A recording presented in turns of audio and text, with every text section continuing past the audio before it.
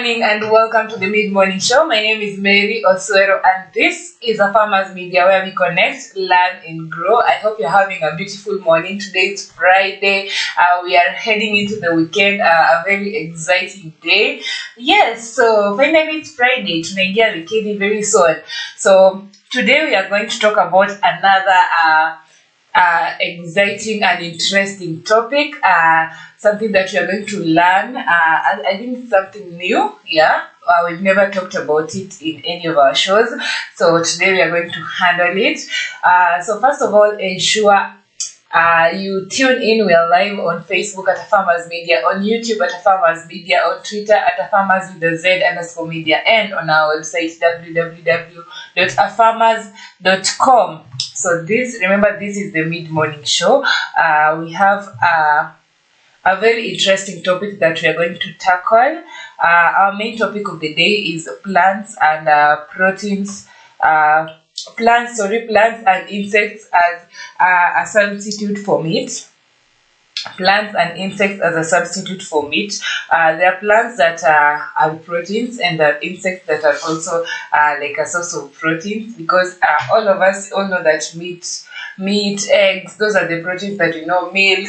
But definitely now today, by the end of this show, you get to learn about those plants and even those insects that can serve as proteins. They can also serve as human beings as proteins. So yes, that's what we are going to talk about today, certainly. I know this is so new. I don't know if you know of insects. The only insect that I know of that is a protein is a termite. I don't know if you eat termite in your place, but for us, there's a way we catch the termites traditionally using a blanket. Like the moment you see them coming out of those small holes that they come out from, you can use a blanket. There's a way we cover it in our place. And then at the end of the day, the termites, as it aruka ziende, they'll just be inside that blanket. Another way that we do it, when it's at night, mostly, unafungua steamer. After umefungua steamer, you take maybe a bucket of water. Maybe you have water in your bucket or even in a big sufuria. Then you place it under that light. Definitely, they'll be jumping on that light and falling in the water. That is also another way of catching termites. That is how we do it in our place. I don't know how you do it, or maybe naongelelea termites, kukula termites mnashtuka. We are not from the bush. We are just normal human beings, and we take termites as proteins. Anyway, we are going to start with the plant-based proteins as a substitute for meat. So the first one is nutritional value. So plant-based proteins offer essential nutrients like fiber, vitamins, and minerals. Yeah, I was telling you that there are plants that you can use as proteins. They are there. So an example is like lentils.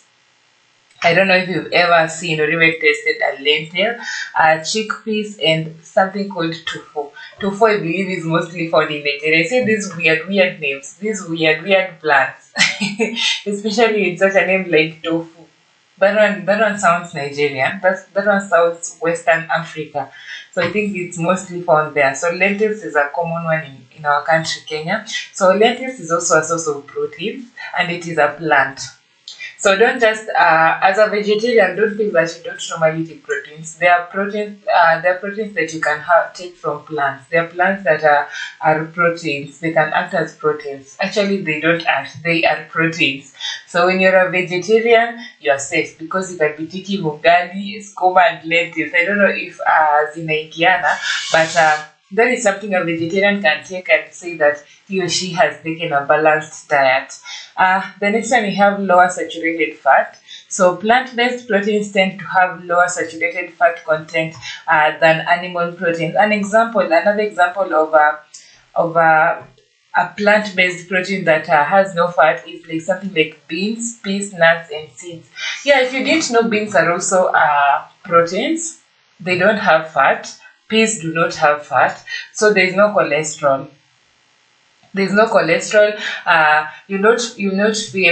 You see these heart diseases that people get out of eating like too much cholesterol. Now you are safe when you decide to take something like beans or peas as a protein. I know it's so hard. I'm just imagining someone taking ugali and beans and maybe spinach. Now that is a balanced diet, but it is a weird food. but I think vegetarians can really do well with that, because now beans is a protein, or peas is a protein, then spinach is a vitamin, then ugali is a carbohydrate. So you can also take that, by the way. You can also take beans, sorry, as a protein, because it has low saturated fat. Now that is an advantage. Yes, the next one is cholesterol free. Plant-based proteins are naturally free of cholesterol. An example is soy products and also legumes. So I don't know if you've heard of this soya.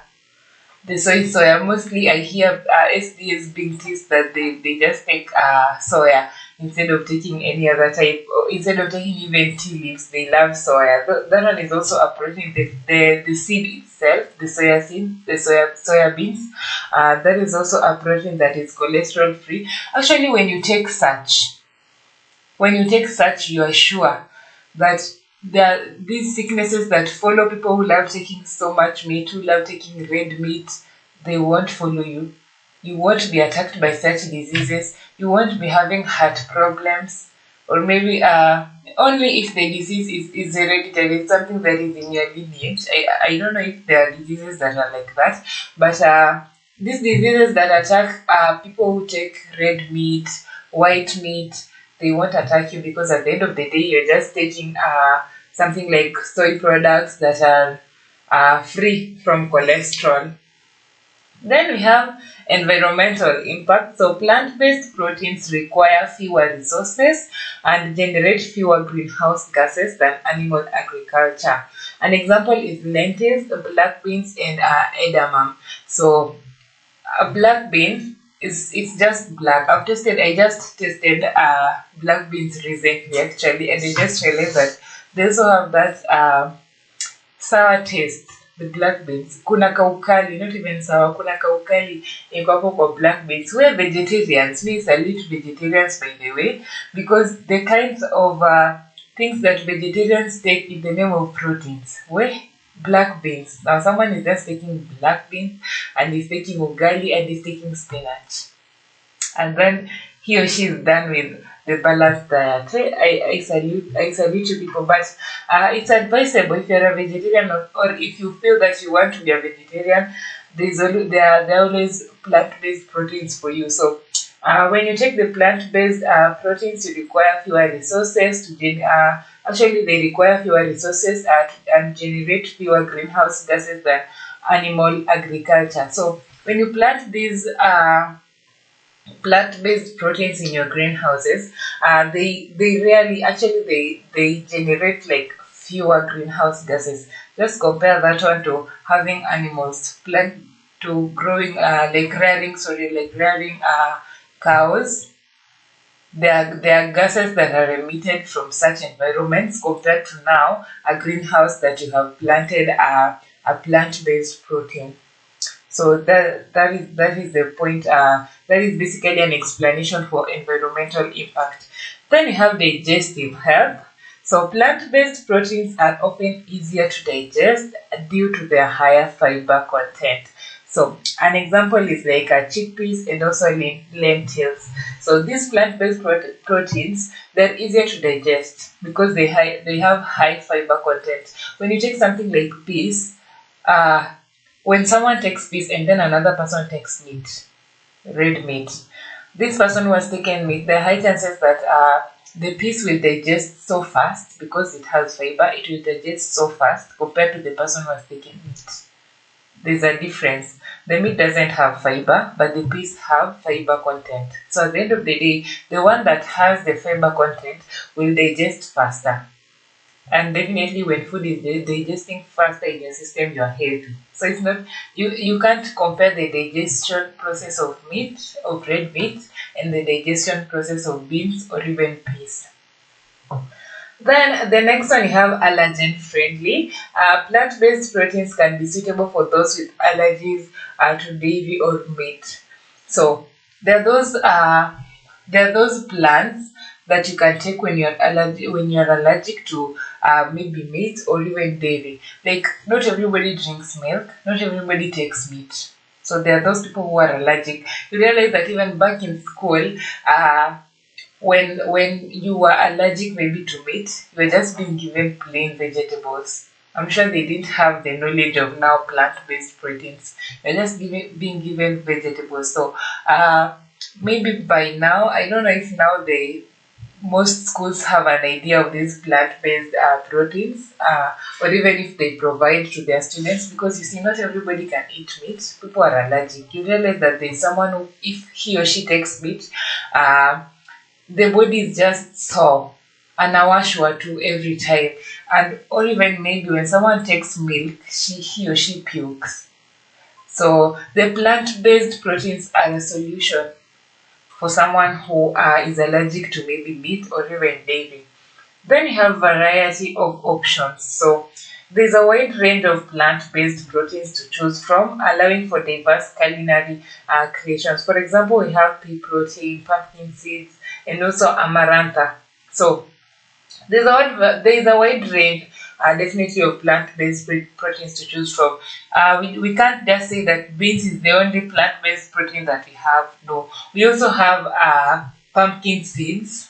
Those ones you can also take, and we also have pea protein. Like there's a variety. It's not a must to just take lentils. No, you can take lentils. You can take eggplant. You can take peas. You can take beans. Like there are variety. You don't need to struggle. Actually, that is a part of a protein that you don't need to struggle with, because there is so much that you can choose from. You can decide that as a vegetarian you have a timetable. On Monday the protein that you're going to take is beans. On Tuesday you take lentils. On Wednesday you take eggplant. Maybe on Thursday you take peas. On Friday maybe you take the soy products. It's so easy to choose compared to meat. You know, when you talk about taking meat as a protein, you get tired so fast, because imagine on Monday you're taking red meat, then on Tuesday you're taking chicken, Wednesday you're taking eggs. On Thursday you remember now you have to buy just meat again, the red meat. It's so tiresome, by the way. I'm just imagining myself now having a timetable of maybe my balanced diet food each and every day, and then now I just have to repeat meat each and every week. It's tiresome, and it's not healthy. It's not healthy, because you realize you'll be taking excessive of meat compared to the one that is prescribed from the hospital. You see, from maybe a nutritionist can maybe prescribe that you take just maybe 3 to 4 pieces of meat. Yeah, because that is enough protein for you. 3 to 4 pieces of meat, maybe in a day. But as human beings, I don't really think there's someone who will enjoy the 3 to 4 pieces meat. Let me remind you of a story of an experience I went through when I was in high school. So when I was in high school, we were being, actually not even in high school, in primary school, we were being served, when it was the day for meat and ugali, there was no vegetable. We were being served ugali and meat. And you'll realize that the cook or the person who is serving will just be giving you 2 pieces of meat, akijaribu sana 3 pieces, and soup. And we really used to complain that was not enough. We wanted like a full plate of meat. Hapo ndio una feel you've taken something. So we used to be given that. For them, they felt that it was healthy for us because we were kids. But for us, we felt that was not enough. So imagine now changing the meat with the plant-based proteins. You know, you can't now pick three beans seeds that now this is the protein for you. No, they just serve you the beans well. So I think even in high school it's advantageous when they prepare that type of protein. They just cook beans and then they give you the ugali and a vegetable. Most students will not like it, but it's healthy at the end of the day. Then we have cultural adaptability. So plant-based proteins can be incorporated into various cuisines world. Example is tofu in Asian dishes. I say tofu sounds Western, but it appears that it's from Asia. And beans in Latin America cuisine, and lentils in Mediterranean meals. I've not heard of Kenya here. It seems Kenyans don't like the proteins, the plant-based proteins. Anyway, when you have when you have a variety of these plant-based proteins, you can use them, and people in different countries are comfortable with this kind of food. It's only in Kenya that I hear that only vegetarians love taking such proteins.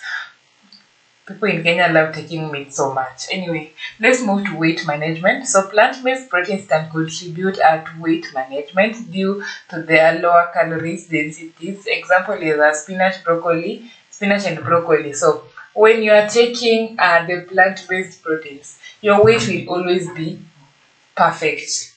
You will not be obese. In most cases, you realize that people who suffer from obesity, the people who love taking the meat products, like they love the red meat, the chicken.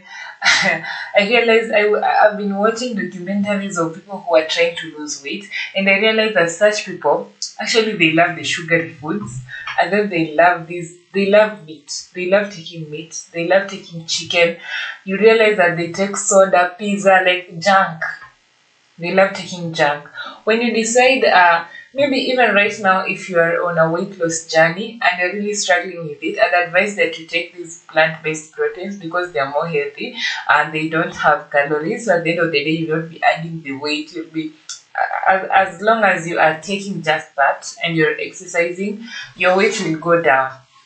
If you're someone who is struggling with your weight, plant-based proteins is the way to go. That is the best way, maybe. That is how I can advise you in order for you to lose weight the way you want it.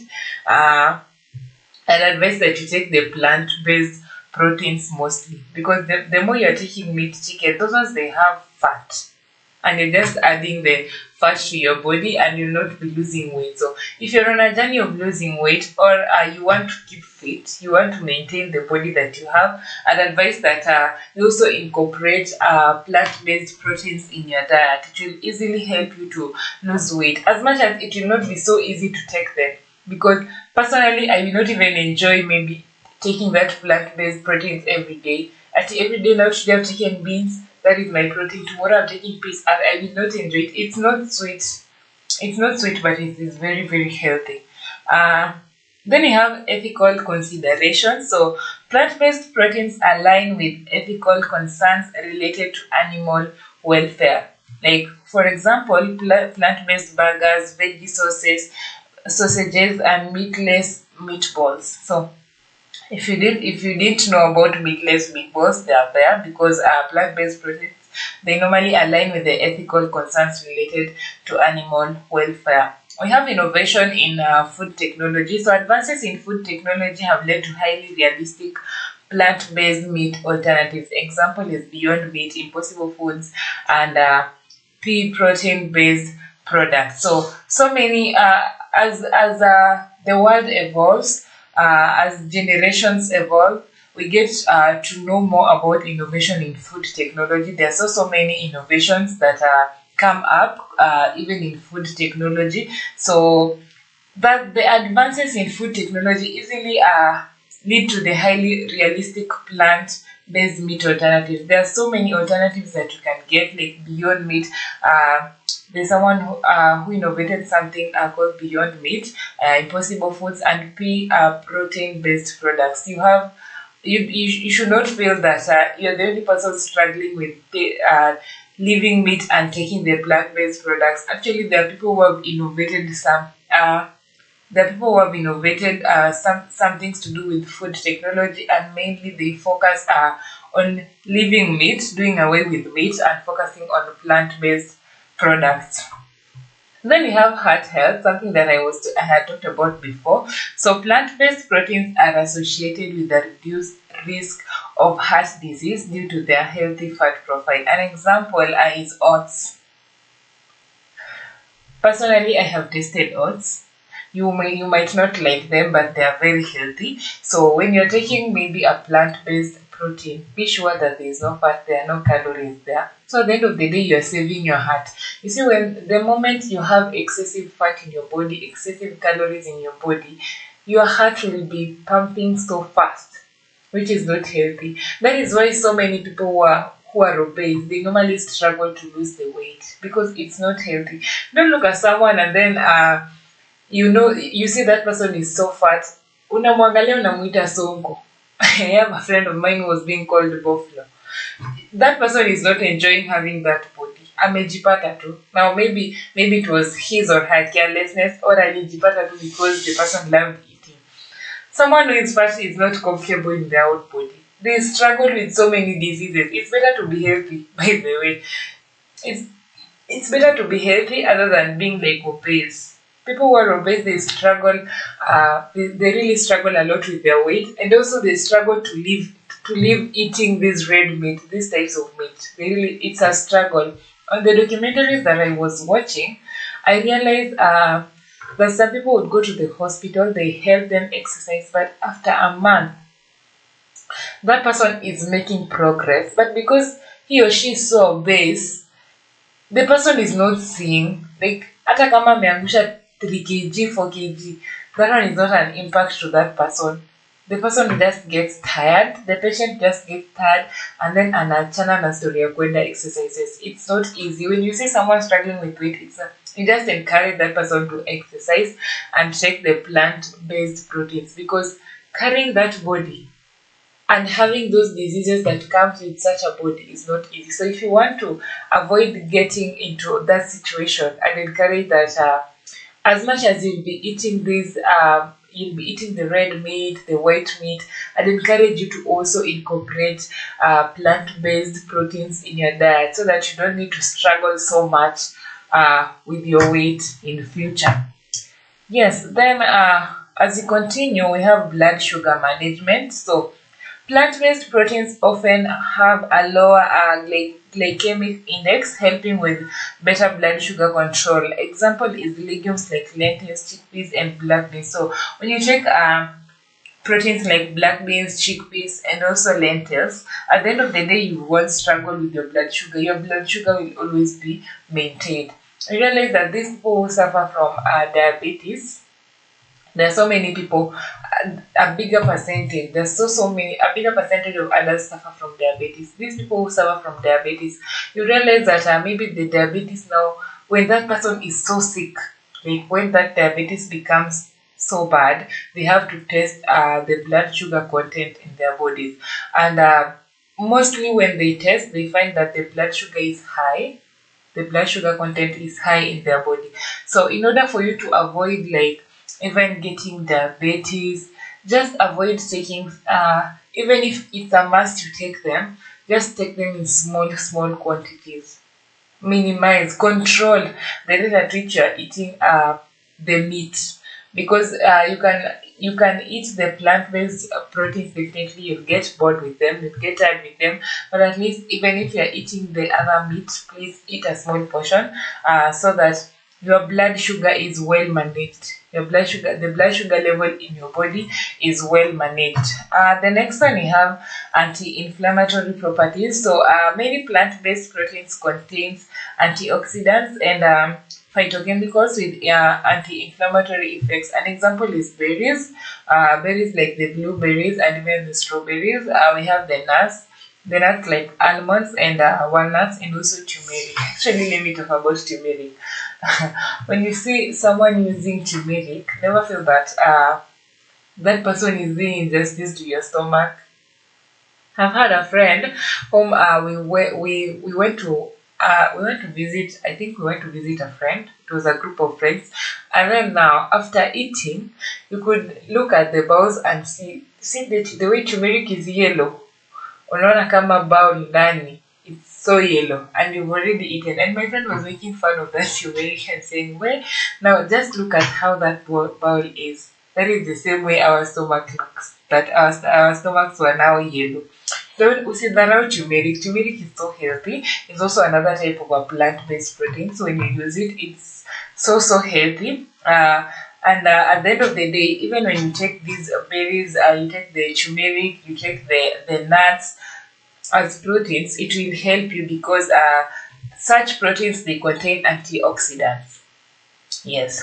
Then we have the digestive enzymes. So certain plant-based proteins contain natural enzymes that aid in digestion. I already mentioned before that when you take these plant-based proteins and you compare the person who has taken the plant-based protein and you compare that person with someone who has taken meat, digestion is different from those two people. The one who has taken the plant-based protein, their body digests so fast compared to the one who has taken the red meat. So an example is pawpaw, the papaya. It contains papain. That is a natural enzyme that aids in digestion. And the pineapple contains bromelain. That is also a natural enzyme that helps in digestion. I know these terms are new, but at least we are also getting to learn. I might say that I learn from you as you learn from me. Remember, we're still live on YouTube at A Farmers Media, on Facebook at A Farmers Media, on Twitter at A Farmers with a Z_media, and on our website www.afarmers.com. Ensure you subscribe to our YouTube channel and also follow our Facebook page. So these new terms like papain and bromelain, these are enzymes. These are enzymes that are found in these plant-based proteins that can aid in digestion. So just be sure, as much as it has fiber, yes, because it has some fiber content, digestion will happen quickly. The same way it has enzymes, natural enzymes that aid in digestion. The next one we have is rich in fiber. Yes, so plant-based proteins are typically high in dietary fiber, promoting gut health and regularity. An example is whole grains like the brown rice and also the oats, and also we have vegetables like broccoli. So when you take these plant-based proteins, be sure that they are rich in fiber. They're rich in fiber and they promote your health. They promote your health. You really need, in order for digestion to happen faster, you need that fiber in your body. Because, let me take an example of a guava. If at all you've ever been in such a situation, you've taken so much guava. This is something that used to happen when we were young. We would go climb someone's guava, climb the tree. Then we harvest the guavas, we pluck them. Then we eat them from up there. But then when you're a kid, you realize that some diseases don't just follow you. Imagine you go pluck a guava, you don't even wash it, then you just eat from up there, from the tree. And then you just come down and move on with your life. Apart from how do I call it?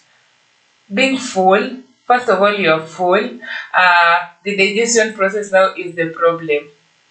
The digestion process is the only problem that you'll be having after eating the guava. So when we were young, we used to go climb our neighbors' guava trees, pluck them, and then eat them from up there. After that, now you have a problem because you see those guavas, they are not rich in fiber. Digestion will not happen so fast. So it was such a difficult one. Apart from being full, now digestion is the problem. You can't go and release the waste. It's a struggle. It's like you're fighting in that toilet. But these plant-based products, they're not like guavas. They have they're rich in fiber, and the fiber makes the digestion so easy. So I'd advise that I still continue taking them. Then you have reduced antibiotic exposure. So plant-based proteins avoid the issue of antibiotics used in animal farming. Example is a pea protein, hemp, and also nut butter. So when you have these plant-based proteins, you have them in your farm, it helps avoid the use of antibiotic. Maybe in animal, like in animal farming, you have to use antibiotics. That is obvious. You never know what happens to your animals, but the use of antibiotics on animals is only something that is compulsory. Well, now that you can't use antibiotics in your farm for your plants. So in that way, you're saving yourself from spending, and also you're saving yourself from the antibiotic exposure.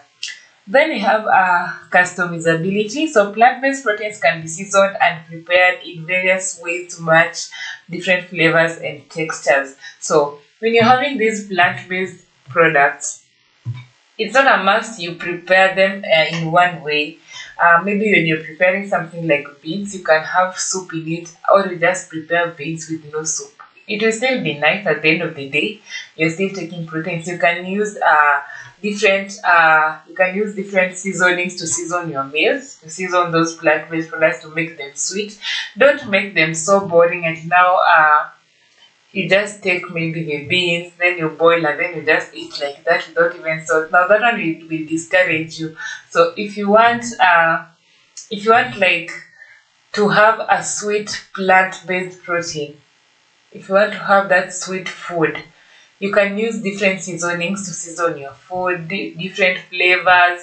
You can add flavor to your plant-based protein, so that at the end of the day, you don't feel so left out. You don't feel that you're the one who is suffering with these plant-based proteins. Uh, you don't look at the people who are taking meat and you feel, those people are enjoying and I'm here, I'm not enjoying. You can make your own food in a better way so that you also enjoy as they enjoy. Then we have supporting sustainability. So choosing plant-based proteins can contribute to reduce deforestation and water usage associated with animal agriculture.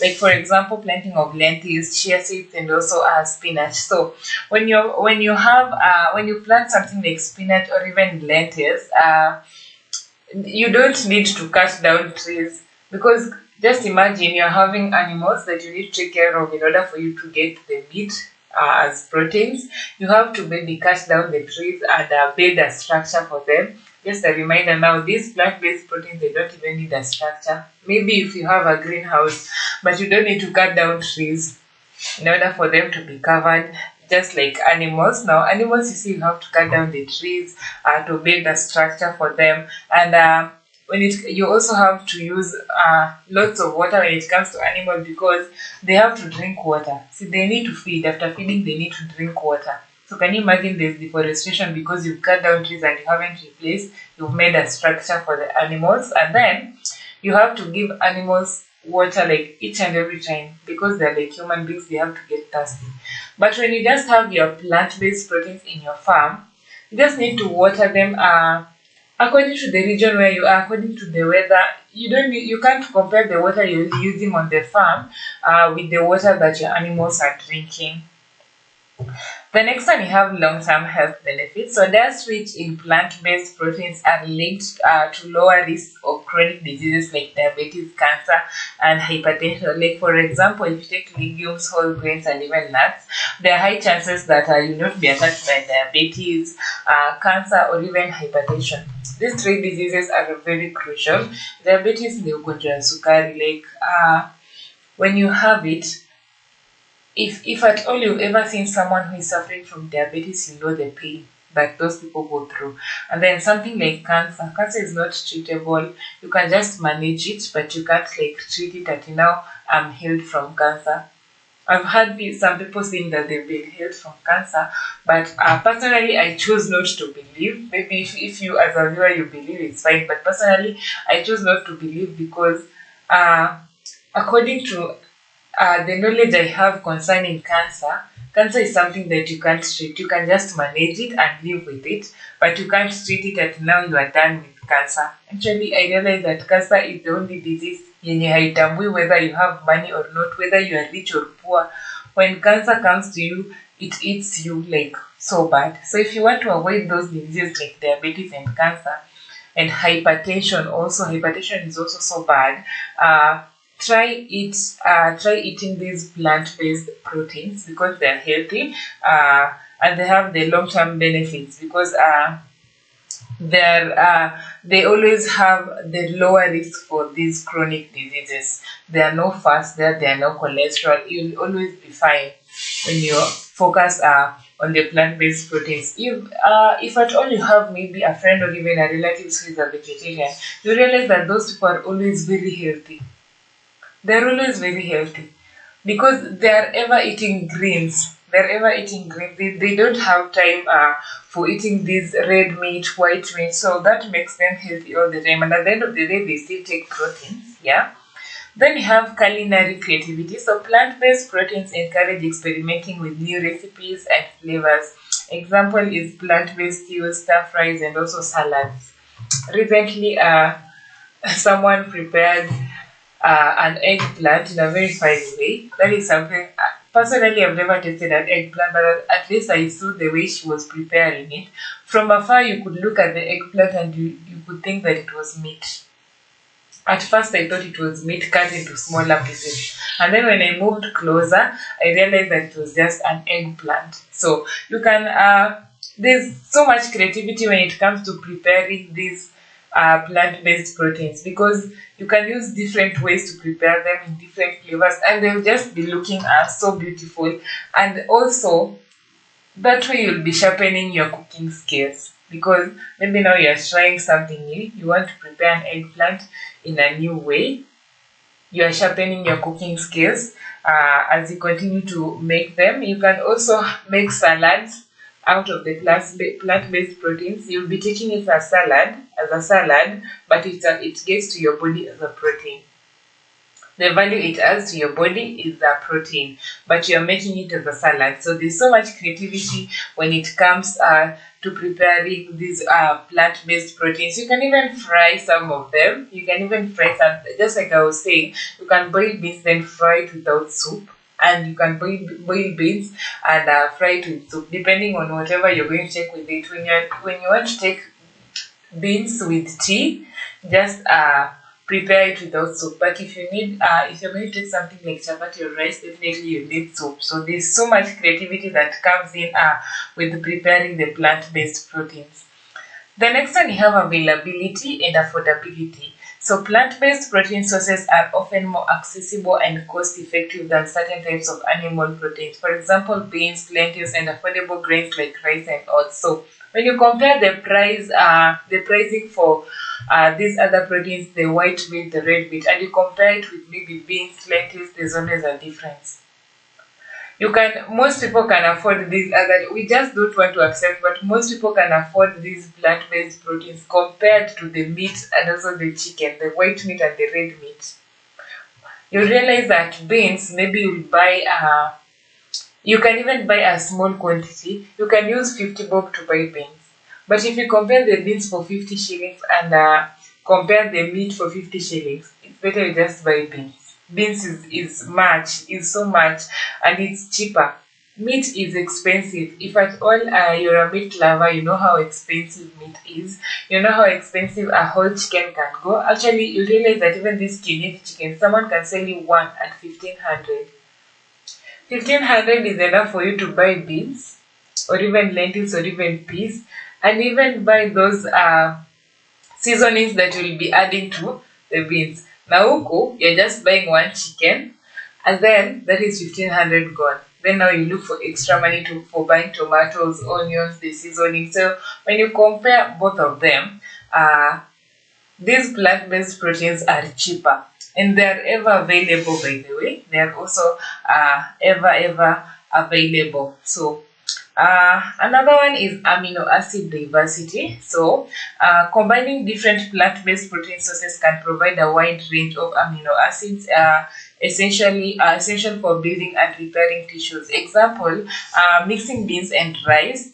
I don't know if you've ever tasted mixed beans and rice, by the way. Mixing beans and rice. Another example is hummus with whole wheat pita. So the one that is so common, we are so used to it, is mixing beans and rice. So when you combine these plant-based protein sources, they can provide a wide range of amino acids, because now you're mixing a plant-based proteins and maybe a carbohydrate when you're cooking. I don't know if you've ever tasted food like mixed rice and beans. Not like you've prepared rice kando and then beans kando, and then now you have them in your plate together. No, just preparing them once in one sufuria. You should try that. It's so sweet, by the way.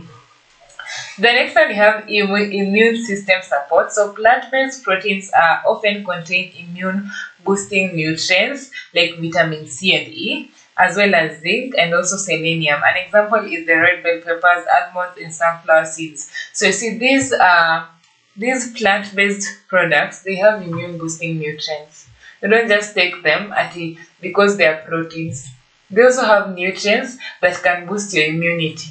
Remember when there was an outbreak of COVID-19 recently, doctors were just saying that if you have a good immunity, if your immune system is perfect, there are high chances that you will not be attacked by the COVID-19 virus. But if you have a weak immune system, COVID-19 will just be following you. So imagine if you've been taking these plant-based products and they're there to boost your immune system. There are some viruses that cannot get into you. There's some that even if there's an outbreak of any virus, it won't get into you because you have a boosted and a perfect immune system. So and it also has these plant-based products also have nutrients like vitamin C and E. So you'll be having nutrients, your immune is fully boosted, and you're healthy. So even if any type of disease, any type of virus wants to attack you, it will not be so easy. Your body will be ready to be fighting against that virus. Then we have reduced risk of antibiotic resistance, the one that I had already talked about before. By choosing plant-based proteins, you contribute to decreasing the demand for antibiotic use in livestock, which can lead to antibiotic-resistant bacteria. Then we have satiety and weight control. I already also talked about weight control.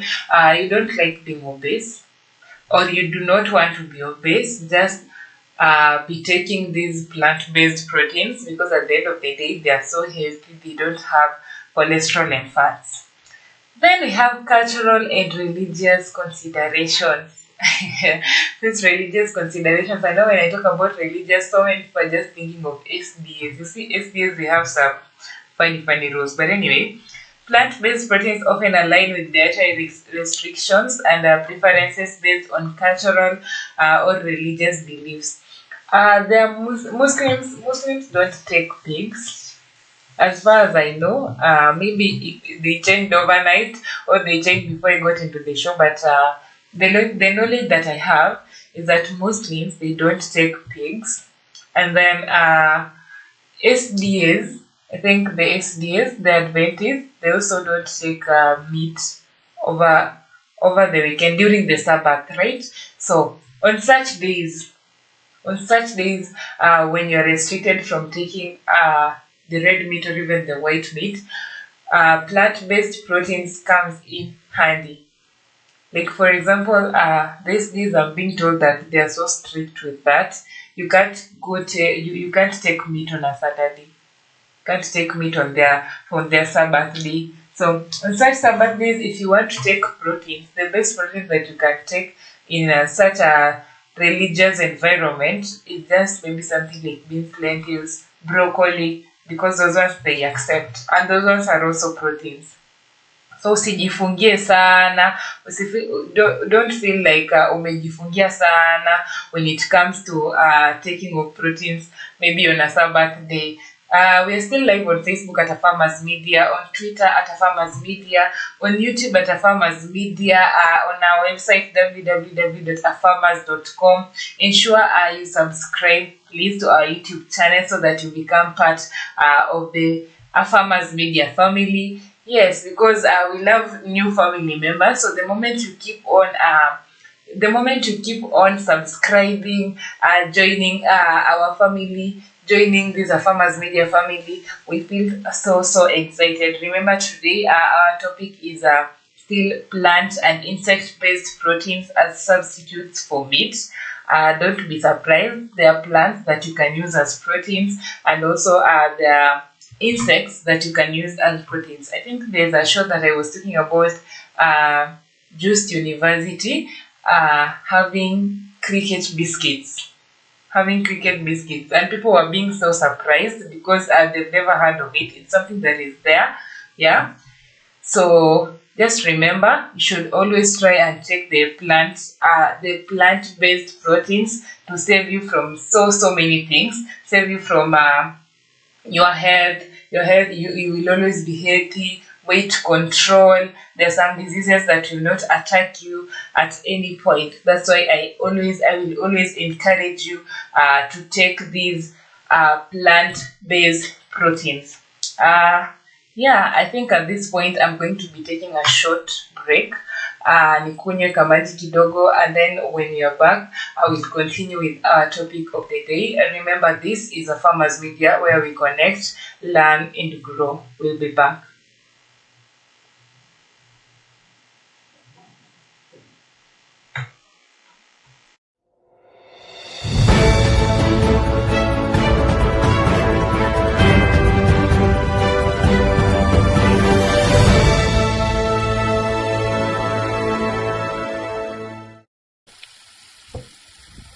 Drip irrigation is a type of micro irrigation system that has potential to save water and nutrients by allowing water to drip slowly to the roots of the plants, either from above the soil surface or buried below the surface.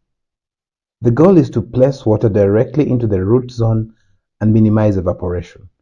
This system is very efficient because it delivers water directly to the plant roots, reducing water waste. It's often used in arid regions or during periods of water shortage, but it's also used in more temperate climates for its efficient and conservation benefits. Common uses include vegetable gardens, flower beds, trees, shrubs, and agroforests. It can be set up for both small-scale home gardens and large-scale agricultural operations. The system requires a water source, a method to distribute the water, usually tubes and hoses, and emitters which control the amount of water delivered.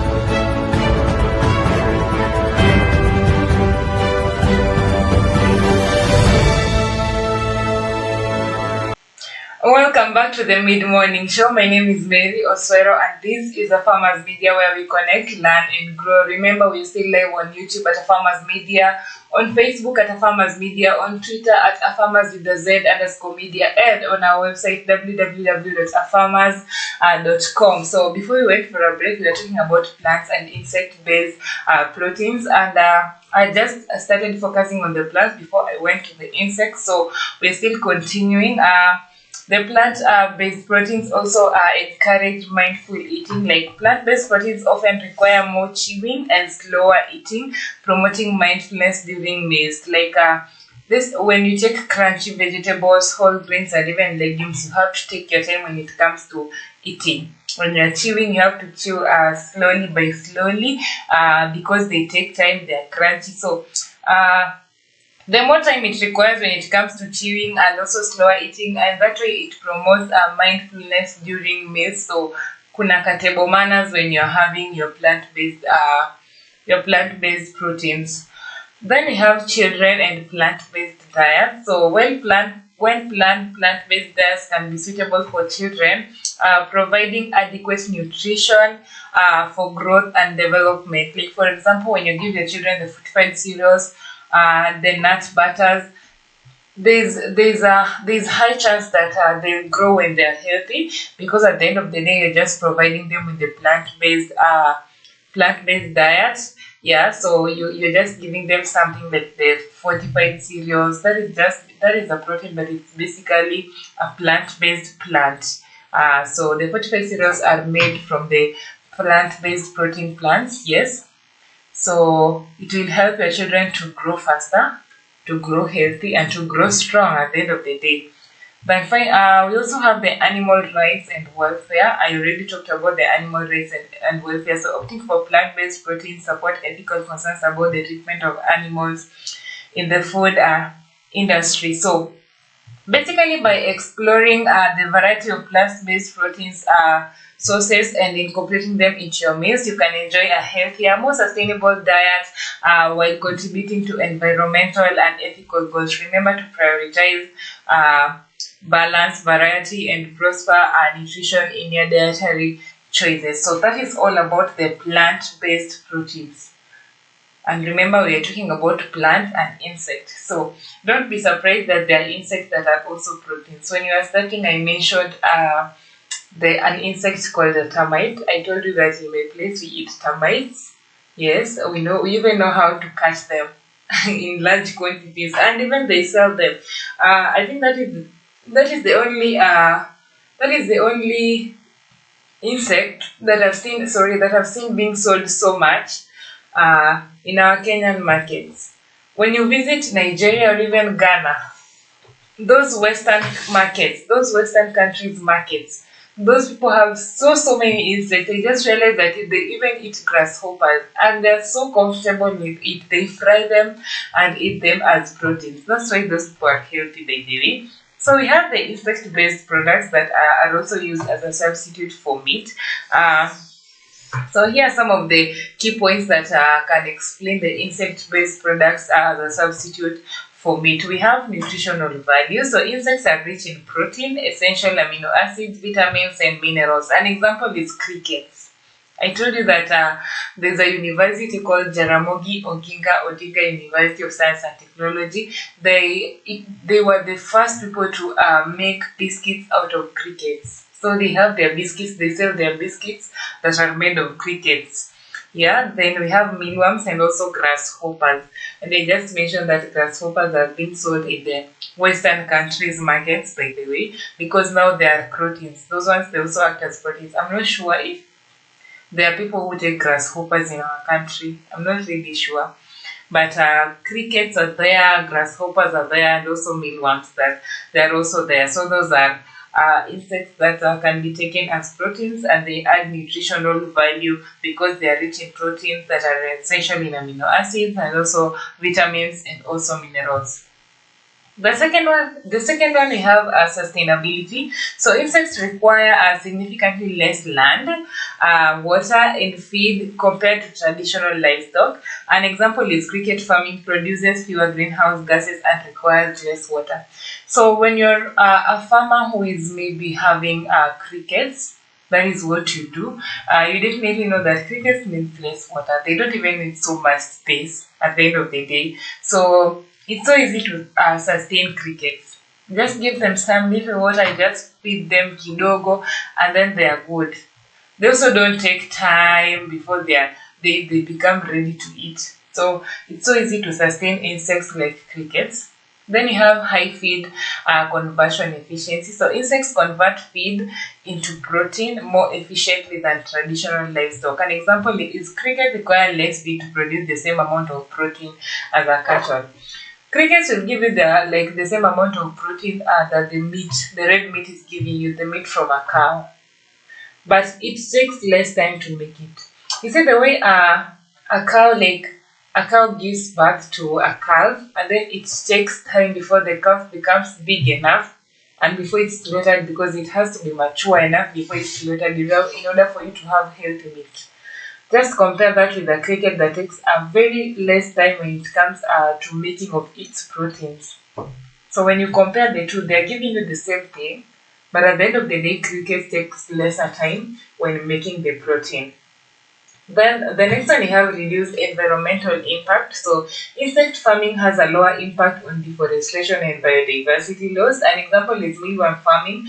It releases fewer pollutants into the environment. So when you're having your crickets, you also don't need to cut down trees like now you're making a structure for the insects. You don't need that. There's a way you can keep your insects well without even having to cut down trees and pollute the environment. You see, the moment you cut down trees and you don't replace, that is how drought comes in. There is no rain, because that place is ever hot. The sun hits directly onto the ground. So I'd encourage that even if you are getting into farming and you want to keep insects, just know that you don't need to cut down the trees and not replace them. That is now practicing deforestation. When you're keeping insects, there's a reduced environmental impact.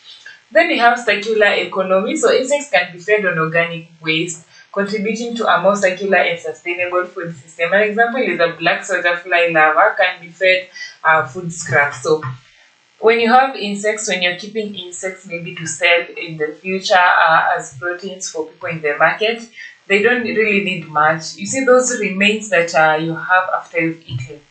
It's what then you later waste, the food that you later waste. You can feed them, you can give them to your insects. They will feed on them comfortably and they'll even grow faster.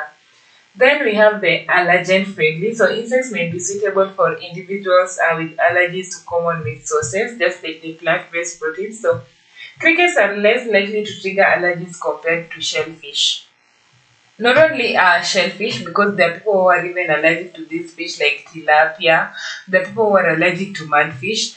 But if you can take crickets, it's not easy to find someone who is allergic to crickets. So there are insects that will help you when you have an allergy. So when you have an allergy for maybe meat, eggs, or even milk, you can even extinguish it with an insect like cricket.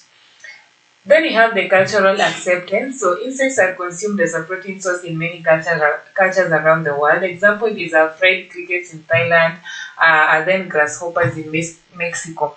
Grasshoppers are also taken in Ghana and Nigeria and even Uganda actually. So many cultures have accepted such. When you watch Ghanaian documentaries, you realize that they really love these insects. When you go to the market, you just see things crawling in maybe in a basket. And I know you can even wonder, why are these people collecting these things? They know their importance. They know that those insects provide proteins for them. And people in those countries are very, very healthy. Realize that they are very healthy because those are the things that they love eating. Those are the things that they take as their proteins.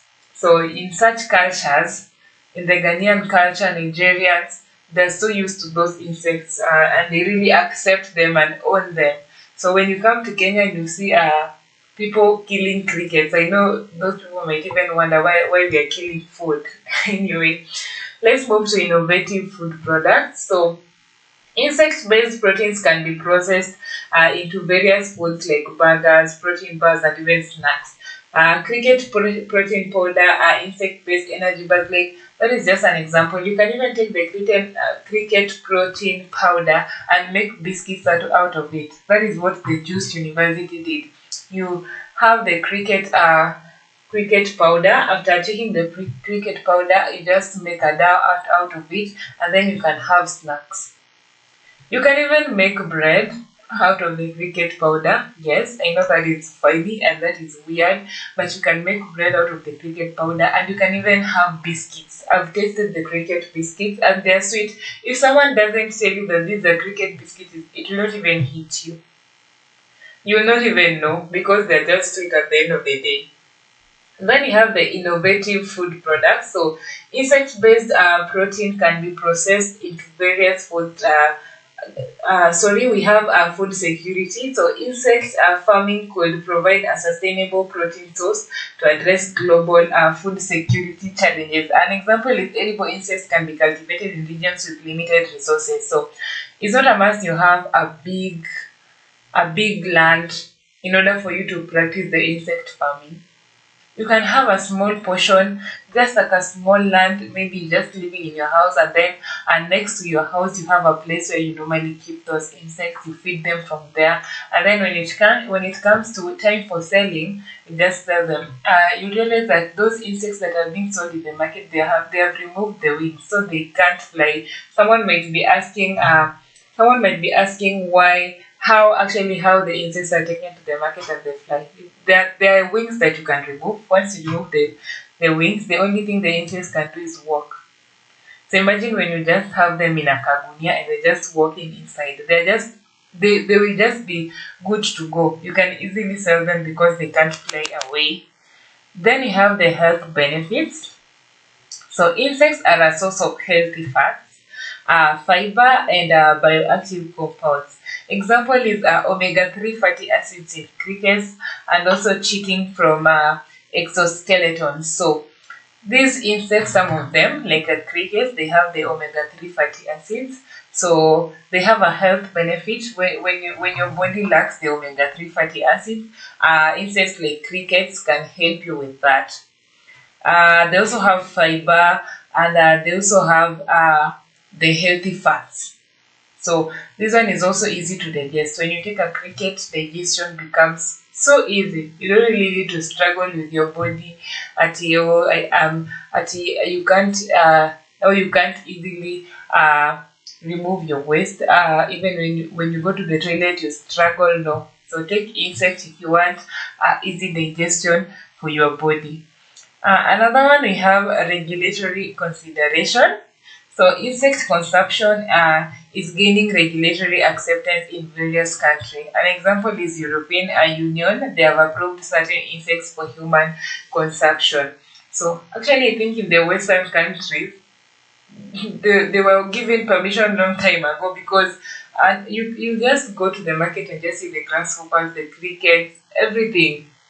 Things are just walking in that market, like they're just crawling around. These things that we step on, and I've seen a grasshopper, you catch it and then you kill it. In those countries, grasshoppers are eaten. So the regulatory considerations, they were already considered, I think, long time ago, because most of them have grown up eating those things. The next one, we have educational opportunities. That is, introducing insect-based proteins can promote awareness of sustainable food choices. An example is insect-based cooking classes, educational campaigns. So there are educational campaigns that they're just out there to create awareness concerning eating of insects. Like, they tell you how good it is. They educate you, maybe that they encourage you that you should not kill those insects because they are also food. You should try and keep them. You should try such a farming. You have insects in your farm and then you keep them for selling. And there are also insect-based cooking classes. There are schools like the Just University that offer classes for how you can prepare those insects, how you can get the powder from them in order for you to make even snacks out of them. So there are so many educational opportunities when it comes to having the insect-based proteins, because you might be interested to know how the powder is made from the cricket, how you can keep the insects, how you can even prepare them as time goes by. The next one, you have texture and flavor. So texture and flavor variety. Insects offer a unique texture and flavor profile. So adding diversity to culinary experiences. An example is crunchy roasted crickets and also nutty mealworms. So insects are crunchy. Once they are prepared, they are crunchy. Actually, how do they taste? They're crunchy like crisps. When you take it, you just feel that you're taking crepes. It's only that now crepes are potatoes, but now these ones are insects. But once they are well prepared, if at all you've ever tasted fried termite, they just taste like the same. They don't have a different taste. They are crunchy. So they bring a new experience when it comes to the culinary profession. It brings a new experience because now you get to know how these insects are prepared. At least if we get to a point that now they are now crunchy. And they also offer a different flavor, because now that's a unique flavor. You can't compare the cricket taste with the meat taste. The next one, we have efficient water usage. So insect farming requires significantly less water compared to traditional livestock. I already mentioned that before.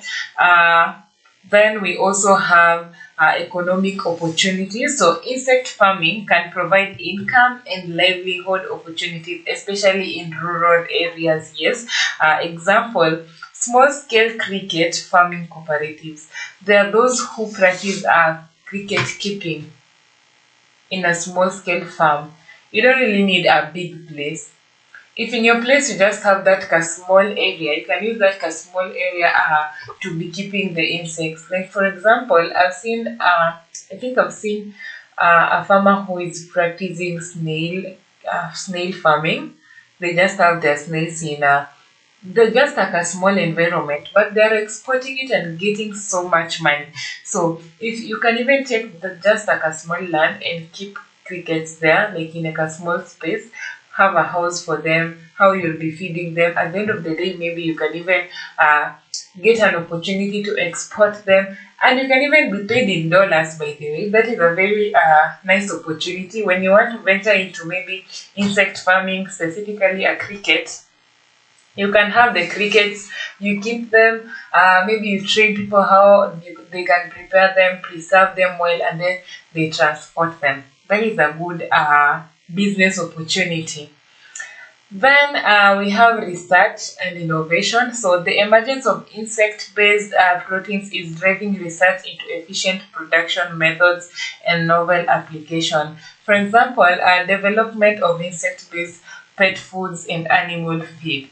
You can also use, actually people have researched about different types of insects, and now they know this type of insect I can use to make the animal feed with it. This type of insect I can get flour from it, and at the end of the day I can make bread, biscuits from it.